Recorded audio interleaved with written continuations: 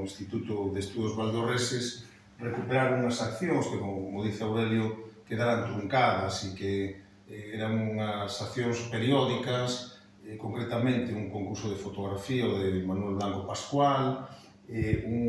despois a difusión tamén, como dice el, son 4 accións, ou 3, verdad, Jorge? Son esta e 4 máis, sí. Que despois, bueno, pasaremos a detallarlos.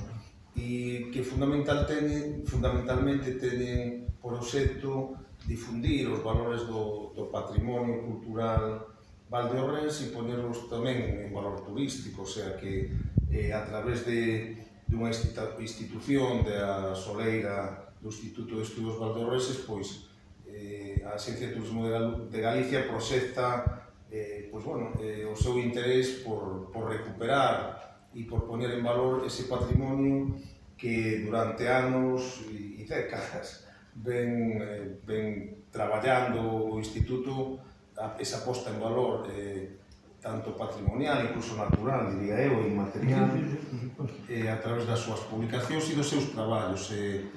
Como había